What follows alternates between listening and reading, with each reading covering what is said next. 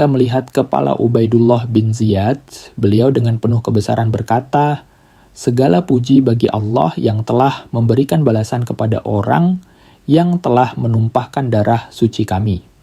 Setelah kematian Ubaidullah bin Ziyad, jasadnya dibiarkan begitu saja di medan perang, dimakan burung dan binatang buas.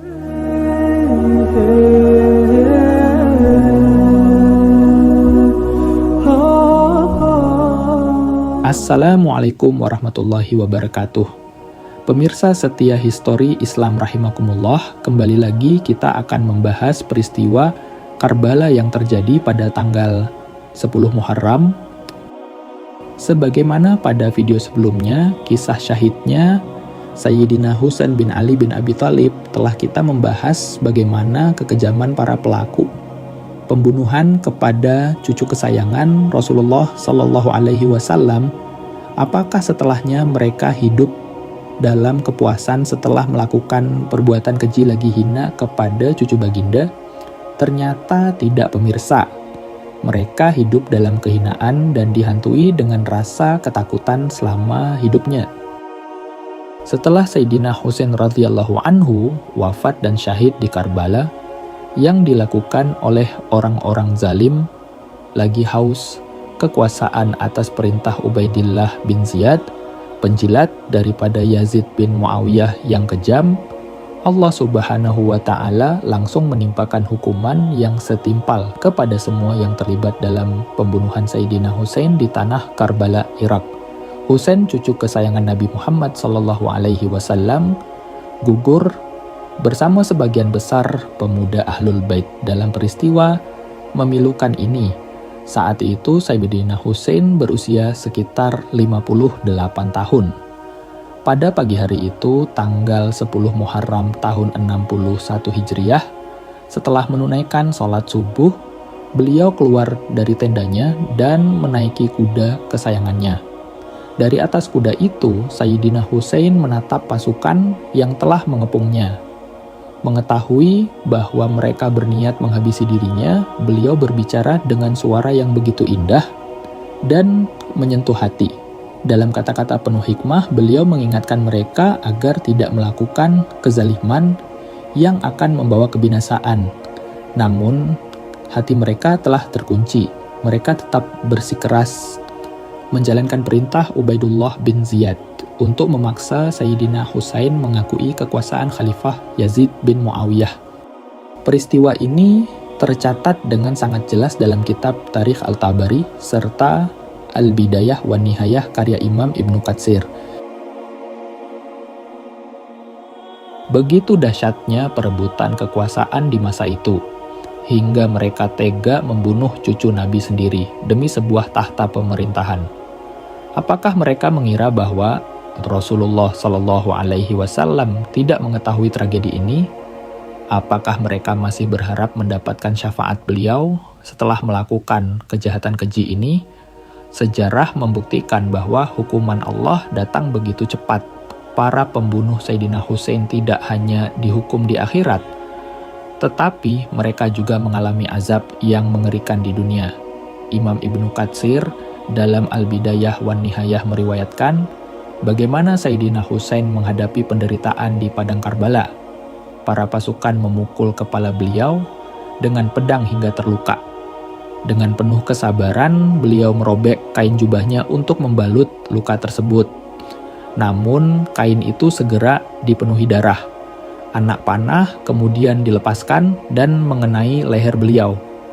Meski terluka parah, Sayyidina Husain masih berusaha berjalan menuju Sungai Eufrat untuk melepas dahaganya. Namun kezaliman mereka belum berakhir.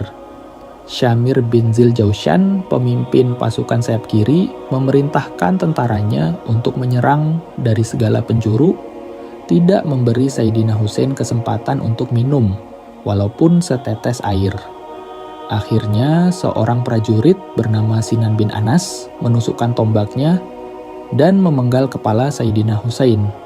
Kepala suci itu kemudian diserahkan kepada Ubaidillah bin Ziyad sebagai bukti keberhasilan misi mereka. Pada hari itu, 72 pengikut setia Sayyidina Husain juga gugur dalam perjuangan mereka membela kebenaran.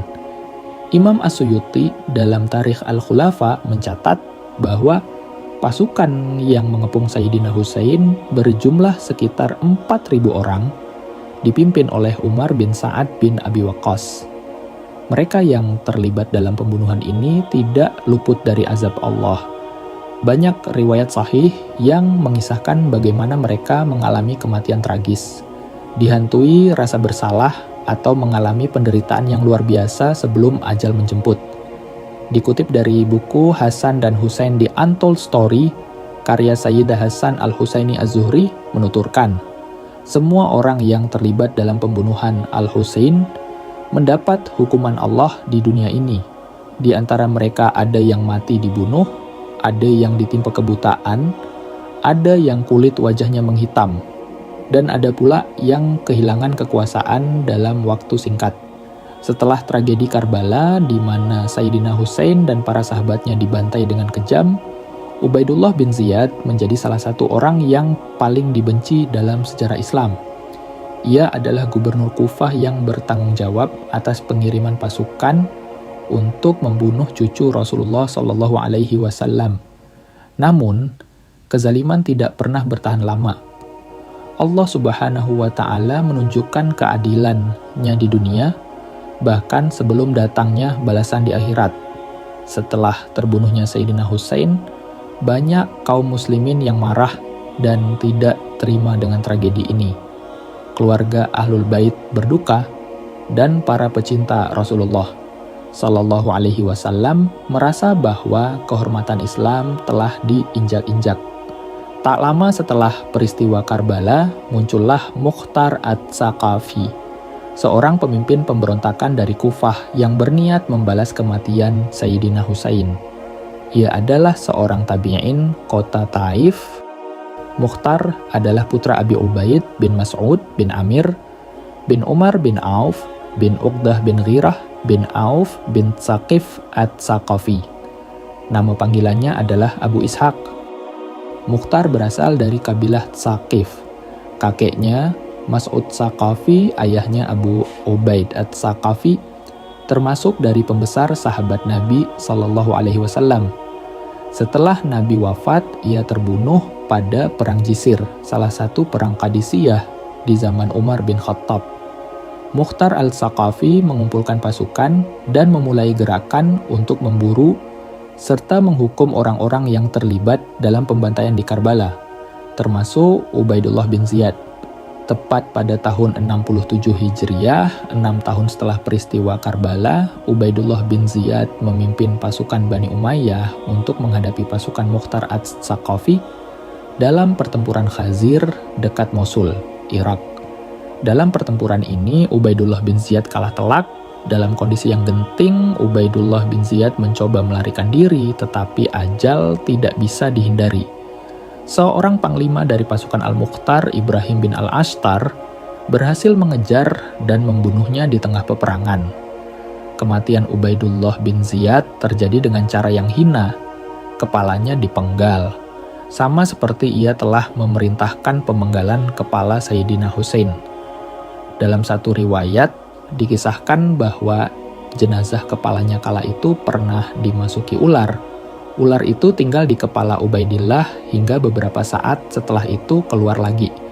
Ironisnya, kepala Ubaidullah bin Ziyad kemudian dikirim dan diarak ke hadapan Mukhtar Ats-Tsaqafi sebagai bukti bahwa Allah telah membalas kejahatannya.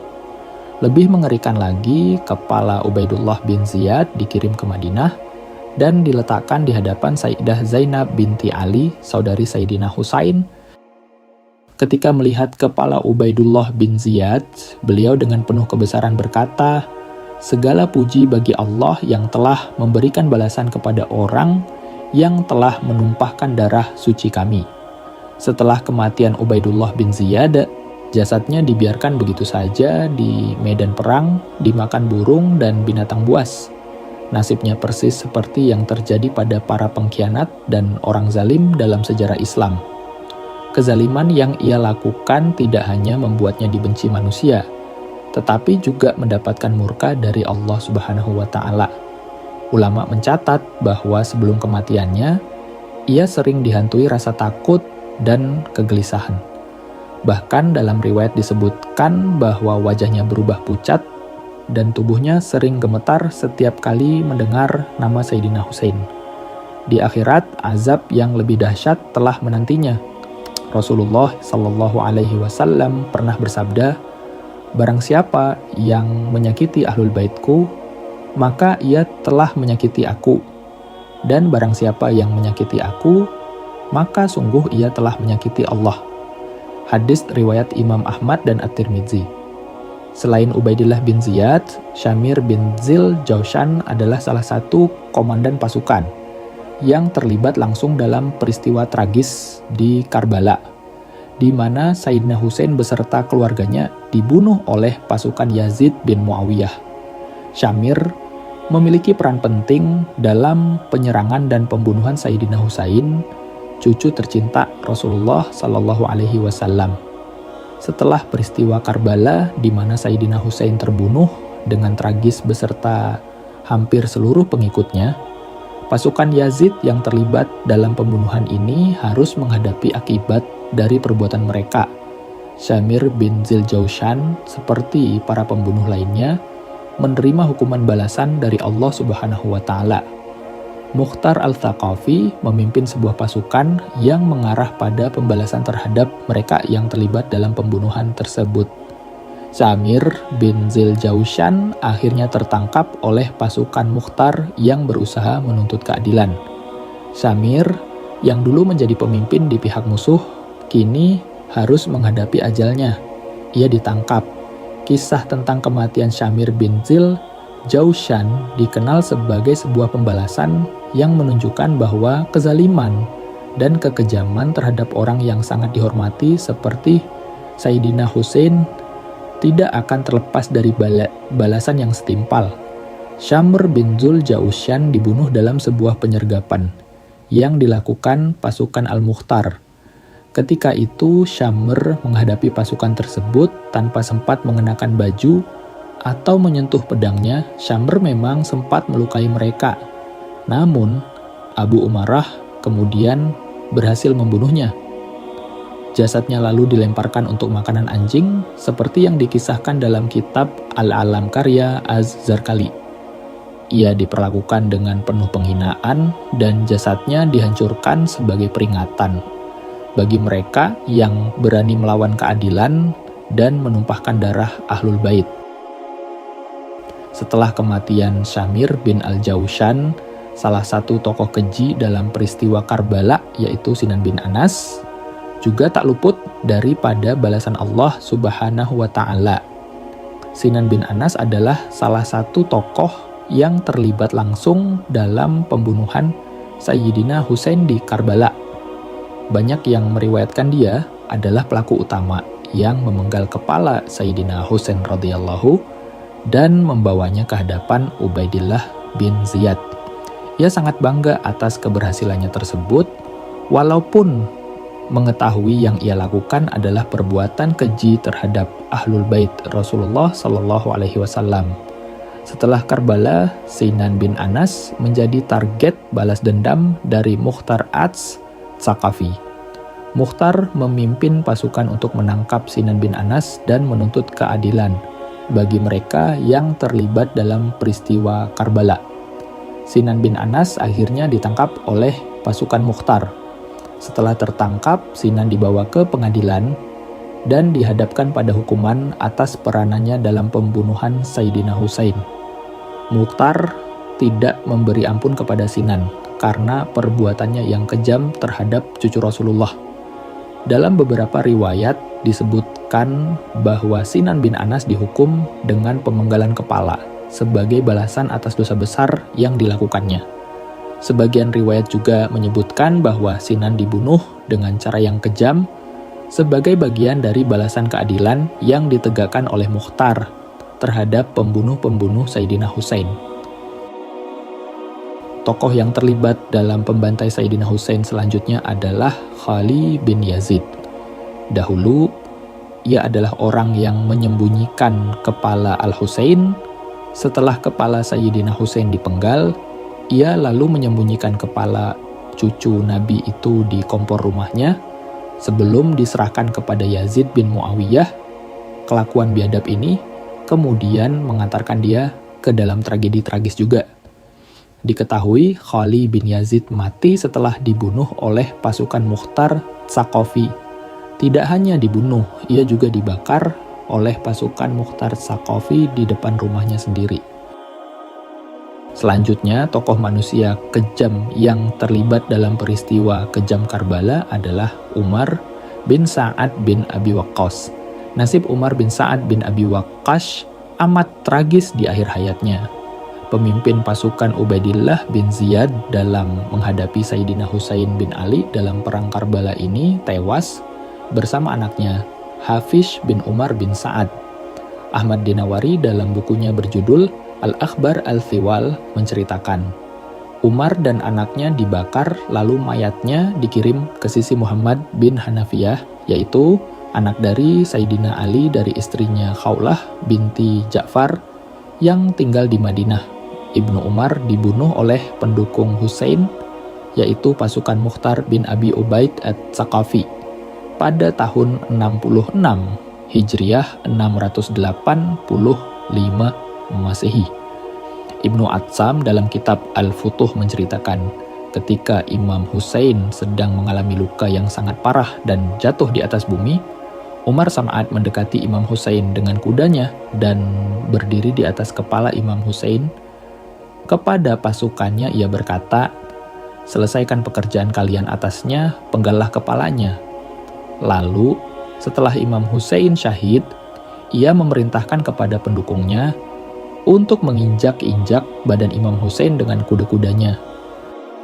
Tatkala terjadi perlawanan oleh Sulaiman bin Syurad al-Khazai al-Kufi yang bertujuan untuk menuntut balas atas para pembunuh Imam Husain, Ibnu Umar sempat melarikan diri ke Darul Imarah.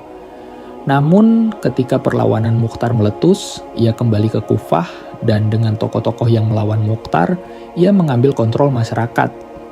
Hanya saja dengan kekalahan yang diderita oleh masyarakat Kufah, Ibnu Sa'ad lari ke arah Basrah. Di sana ia diberikan pelindungan oleh Mus'ab bin Zubair. Mukhtar mengutus Abu Qulush Syabami, salah seorang komandannya, untuk mengejar mereka. Ia berhasil menangkap Ibnu Sa'ad dan membawanya ke hadapan Mukhtar. Disitulah Ibnu Sa'ad dan anaknya Hafiz bin Umar bin Sa'ad dibunuh atas perintah Mukhtar. Pada riwayat sejarah lain dituliskan bahwa pada awalnya Mukhtar memberi ampunan kepada Umar bin Sa'ad melalui Abdullah bin Ja'dah bin Hubairah Mahzumi. Karena saudari Mukhtar adalah istri Umar bin Sa'ad. Hanya saja karena Muhammad bin Hanafiyah keberatan atas tindakan ini, maka ia memerintahkan kepada salah seorang komandannya untuk menangkap Umar bin Sa'ad di rumahnya dan memenggal kepalanya. Ketika kepala Ibnu Sa'ad dibawa ke hadapan majelis Mukhtar, anaknya Hafiz yang sedang berada di dekat Mukhtar juga dibunuh. Pada mulanya ia dijanjikan untuk memperoleh jabatan gubernur oleh Ubaidillah ibnu Ziyad asal melawan Husain. Nyatanya, menjelang ajalnya, Ibnu Sa'ad tidak mendapatkan apapun dan tidak memiliki apa-apa lagi. Tatkala itu ia menggambarkan dirinya, tidak ada seorang pun yang kembali ke rumah dengan nasib buruk sepertiku, karena aku mentaati penguasa yang zalim dan telah menginjak-injak keadilan dan memotong ikatan keluarga. Sosok yang terlibat dalam tragedi Karbala selanjutnya adalah Hurmala bin Khalil al-Aqsadi. Dia dikabarkan yang membunuh putra Sayyidina Husain yang masih berumur 6 bulan, yaitu Ali Asgar, saat terjadinya pertempuran di Karbala. Sayyidina Husain sempat meminta air untuk putranya yang sedang kehausan. Namun biadabnya Hurmala ini malah melesatkan anak panah ke leher bayi tersebut. Di akhir hidupnya Hurmala bin Khalil ini juga mengalami kisah yang tragis. Ia mati setelah dieksekusi oleh pasukan Al-Mukhtar. Adapun Hakim bin Tufail atau orang yang memanah Al-Husain juga dibunuh oleh pasukan Al-Mukhtar. Menurut catatan Ibnu Khaldun, Al-Mukhtar terus memburu para pembunuh Al-Husain setelah mendapat informasi tentang keberadaan Ubaidullah bin Asad, Al-Juhani Malik bin Nasir Al-Kindi, dan Hamal bin Malik Al-Muharibi, yaitu di wilayah Qadisiyah. Dia langsung meringkus dan membunuh mereka. Dia juga menangkap Ziyad bin Malik, Adubai Imran bin Khalid Al-Asari, Abdurrahman bin Abu Haskah Al-Bajali, dan Abdullah bin Qais Al-Khawlani. Orang-orang inilah yang dahulu merampas bahan pewarna pakaian yang dibawa Al-Husain. Pasukan Al-Mukhtar lalu membunuh mereka semua. Masya Allah, luar biasa pembalasan Allah terhadap para pengkhianat kejam nan bengis. Banyak sekali riwayat-riwayat sahih yang mengisahkan nasib tragis para pembunuh cucu Rasulullah Sallallahu Alaihi Wasallam. Abu Raja At-Taradi menuturkan, janganlah kalian mencela keluarga yang tinggal di tempat ini. Maksudnya Ahlul Bait Nabi Sallallahu Alaihi Wasallam. Dahulu kami punya tetangga dari Balhajim, Kufah. Suatu hari ia berkata, bagaimana pendapat kalian tentang si Fasik bin Fasik yang dilaknat Allah ini? Si Fasik yang dimaksudnya adalah Al-Husain. Seketika itu juga Allah melemparkan noktah putih dari langit ke matanya, sehingga ia buta. Saat itu juga, sungguh aku menyaksikan peristiwa itu dengan mata kepala sendiri. Atta bin Muslim meriwayatkan dari Ibnu Suddi bahwa ayahnya, Suddi, pernah bercerita, dahulu kami, para budak, biasa menjajakan tekstil di perkampungan Karbala. Suatu hari kami bertemu dengan seorang laki-laki yang terlibat dalam pembunuhan Al-Husain. Laki-laki itu berkata, wahai penduduk Kufah, kalian memang pendusta. Kalian bilang bahwa semua orang yang terlibat dalam pembunuhan Al-Husain telah dimatikan Allah dalam kondisi su'ul khatimah atau terbunuh secara keji. Buktinya aku masih hidup, padahal aku berada di tempat kematiannya ketika itu.